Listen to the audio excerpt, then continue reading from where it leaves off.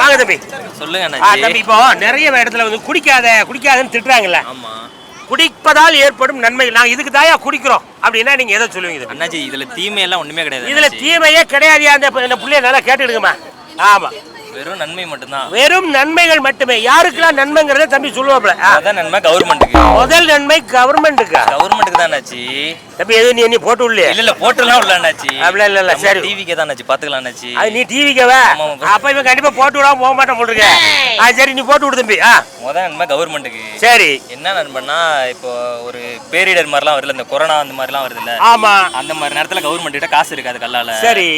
நம்ம இந்த மாதிரி மதுப்பிரியர்லாம் இருக்காருல்ல, ஆமா, அவங்க போயிட்டு காசை கொடுத்து குடிச்சிட்டு வந்தோம்னா அப்படியே கவர்மெண்ட்ல கல்லா கட்டும். சரி, அந்த கல்லா கட்டும் போது அந்த காசை எடுத்து நம்ம நிதி உதவியா கொடுத்துருவாங்க. அதெல்லாம் விட்டு தம்பி, நம்ம எதுக்காக நல்லதுன்னு சொல்றேன். அதுக்கு ரெண்டு விஷயம் நல்லதுதான். இது ஒண்ணு விட்டுரு, இன்னொன்னு எடுத்துக்குவா. நல்லது பார்த்தோம்னா எதுக்காக குடிக்கிறோம்? நம்ம மாத கணக்கா இருக்கிற மன உளைச்சல்லாம் இருக்குல்ல அண்ணாச்சி.